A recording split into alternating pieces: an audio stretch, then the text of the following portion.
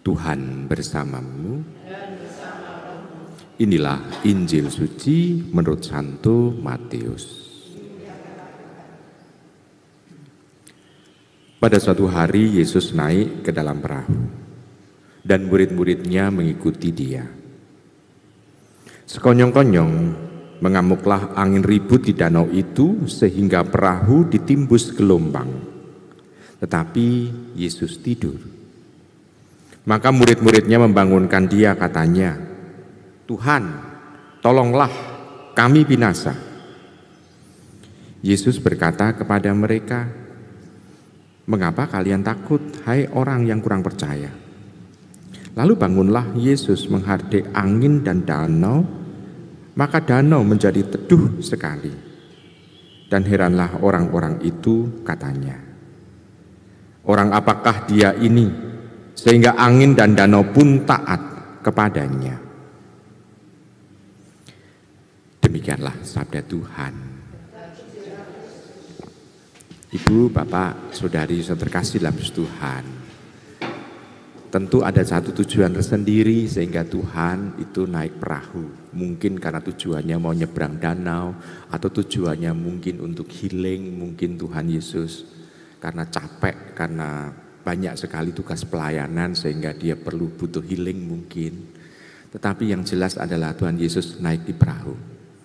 Nah, sekarang pertanyaannya, kalau naik di perahu, siapa yang lebih ahli, Tuhan Yesus atau para muridnya yang adalah bekas nelayan? Yang ahli siapa? Para muridnya. Kalau para muridnya yang ahli, maka Tuhan Yesus di atas perahu bisa nggak istirahat? Dia nggak perlu mikir bagaimana cara mengendalikan istilahnya perahu itu, bagaimana cara untuk istilahnya itu menjadi nelayan segala macam mungkin gitu. Kan nggak perlu, maka dia beristirahat. Nah, para murid tahu bahwa Tuhan Yesus ada di perahu itu. Tetapi apa yang terjadi pada waktu angin besar? Dia lupa bahwa Tuhan Yesus ada di dalam. Sebetulnya walaupun angin itu besar, selama mereka mempunyai kepercayaan bahwa Tuhan Yesus itu bersama dengan dia, pasti mereka akan selamat. Tetapi karena mereka ada mengalami ketakutan, maka dia berteriak-teriak. Ini yang terjadi dalam bacaan Injil. Nah, sekarang dalam kehidupan kita sehari-hari, Ibu, Bapak, Saudara terkasih dalam Tuhan, kita sekarang hidup sebagai orang beriman. Anda percaya enggak akan kehadiran Tuhan dalam diri kita? Percaya enggak? Percaya. Dan kita seringkali terima komuni berarti bersatu dengan tubuh Tuhan. Betul? Baik. Tetapi dalam kehidupan sehari-hari, dalam setiap keputusan, kita seringkali menang sendiri. Karena kita merasa bahwa kita hidup di dunia ini adalah ini hidupku. Maka Tuhan seringkali juga beristirahat. Dalam arti karena tidak dilibatkan dalam kehidupan. Dalam setiap keputusan seringkali kita lupa untuk melibatkan Tuhan. Maka Tuhan mungkin beristirahat juga. Tapi pada saat ada misalnya tantangan yang ada di depan kita, apa yang terjadi? Kita seringkali lupa akan Tuhan yang ada dalam diri kita. Sehingga kita justru berteriak-teriak. Tuhan, kenapa Engkau tidak menolong aku? Tuhan, kenapa Engkau tidak memberikan situasi yang lebih baik dibanding dengan situasi yang kuhadapi sekarang ini? Mungkin. Sehingga kita berteriak-teriak. Dalam doanya pun isinya juga adalah permohonan untuk itu.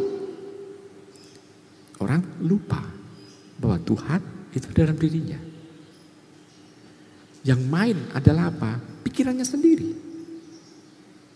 Yang ada dalam pikirannya apa? Bukan hanya pikiran sendiri saja, tetapi juga keselamatannya sendiri. Nah, Ibu, Bapak, Saudara, saudara kasih, situasinya ternyata mirip. Walaupun yang dialami oleh para murid adalah di tengah danau, kalau kita dalam kehidupan sehari-hari. Tetapi para murid, mereka terheran-heran karena kendati Tuhan Yesus itu bukan nelayan, dia bisa mengendalikan yang tidak baik itu menjadi tenang. Nah, sekarang bagi diri kita perlu juga mempunyai iman yang sama seperti para murid. Yakni bahwa walaupun Tuhan Yesus tidak hidup pada zaman kita sekarang, zaman IT, tetapi kita punya keyakinan, kalau kita punya keyakinan yang besar dengan Tuhan Yesus, pasti Dia mampu untuk bisa juga memberikan kebaikan kepada kita. Ini iman yang perlu ditanam. Dan iman yang lebih dalam lagi adalah seperti para murid. Istilahnya para murid itu mempunyai pikiran bahwa dia Tuhannya, Tuhan Yesus itu atau gurunya itu sungguh bisa mampu untuk mengalahkan alam yang sedang murka. Demikian juga dengan kita. Haruslah kita juga mempunyai suatu iman yang sama seperti para murid bahwa Tuhan pasti akan memberikan yang terbaik untuk zaman kita sekarang ini. Kalau di sini kita perlu memasrahkan seluruh kehidupan kita ini melulu kepada penyelenggaraan Tuhan.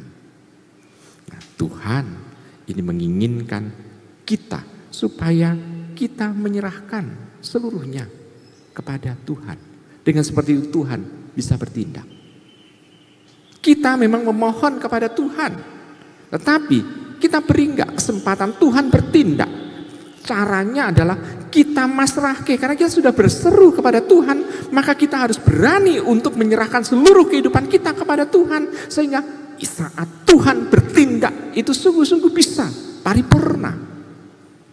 Karena seringkali Tuhan dalam bertindak tidak bisa paripurna. Kenapa? Karena kita ngeregoni atau kita malah mengganggu dengan pikiran kita, dengan kekhawatiran kita, dengan ketakutan-ketakutan kita, sehingga karya Tuhan tidak 100% bisa berhasil dengan baik.